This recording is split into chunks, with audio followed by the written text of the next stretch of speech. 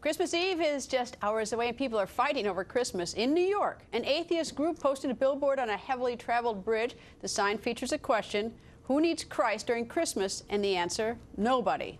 And in Texas, outraged parents accusing a high school of canceling a Christmas caroling tradition. They say it's because of the religious references in the songs. The school board says an ice storm canceled the caroling. And we're back with former Governor Sarah Palin, author of the brand new book, Good Tidings and Great Joy, Protecting the Heart of Christmas. And before we get to your book, Governor, I'm curious, this whole sort of, this fight over Christmas and when people are going to be able to express themselves and when they're not. Your thought? Well, there certainly is a war on Christmas, and it's the tip of the spear on a war of even a greater issue, and that is expression of faith and being able to live out the Christian faith, or no faith at all, any faith that a person would choose. There certainly is that war in our culture today, and I wrote about that in the book. Why do you think that war is there? I think that people are offended, some people, at the idea that we aren't all that. We're not the center of the universe.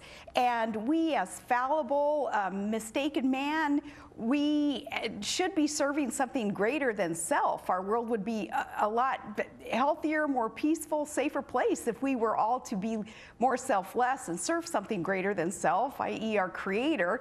And I think that that idea is really offensive to a lot of people, especially the elites who kind of control much of the media, much of politics, because they do think they're all that. They think that they are the hope, the change, the answer. They think they can create utopia when, you know, most of us who are humble enough to admit that man can't do that. We're so fallen that we need a savior. We need something to look to for strength and hope and peace and joy.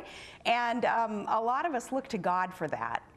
You know, I'm always surprised. I mean, there certainly is room for everybody. That's, so why people are jabbing each other, for having a faith is beyond me. It was like, there really is room, for everybody. And yet, for some reason at this time of the year, people decide, come out and jab people, and I just don't get it. If they jab people, they waste a lot of money, like that billboard. Why didn't they take the money they were going to spend on trying to offend Christians or anybody who believes in Jesus being the reason for the season? Why didn't they spend that money on helping the needy, helping the poor? I think that was a waste of resource. That might not be a bad idea. All right, now to your book, and I might add there's some recipes at the back of the book. This book has a little bit of everything. Recipes on the back, also quotes from President Ronald Reagan and Martin Luther King. But it also gets very personal. In one part of the book, you write about a very personal time in your family's life with Bristol, and you talk about being able to sort of admit you're wrong.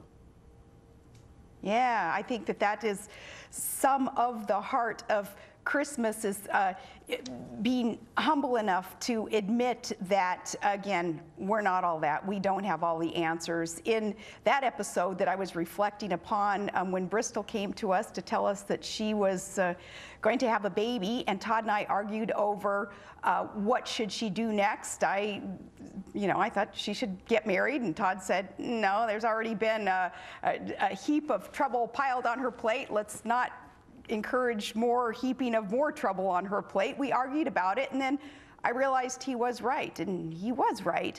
Humbled myself and told him that, and reflected upon that in the book, and that again has a lot to do with that humbleness of Jesus being born in a manger, not as some lofty king who came down amongst privilege and in your face kind of lecturing of everybody else in the culture in which he was a part of.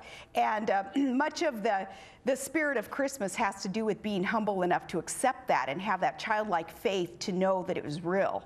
What stood out to me in the book is that you and Todd have a disagreement and an argument about this, and it's obviously from reading the book that it's painful. And then you write, when Bristol's son arrived, he melted into our arms and melted my heart. My little girl had given life to this little boy. In less than ideal circumstances, he turned our little world upside down and for the better. Yeah, he sure did. And that was, that's just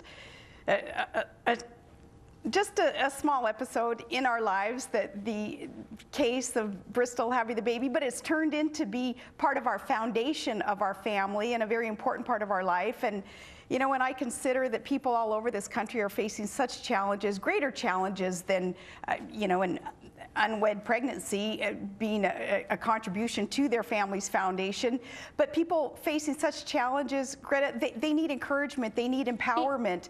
The book reflects a lot of how it is that we can feel encouraged and empowered, again, by humbling ourselves and looking to something beyond self. You know how I read that? I read that as that we get ourselves all whooped up about problems, all whooped up, and then as they sort of unfold, and as we sort of, you know, come to terms with them, you used the term, of course, showing mercy is painful, meaning that when you and Todd sort of, worked it out.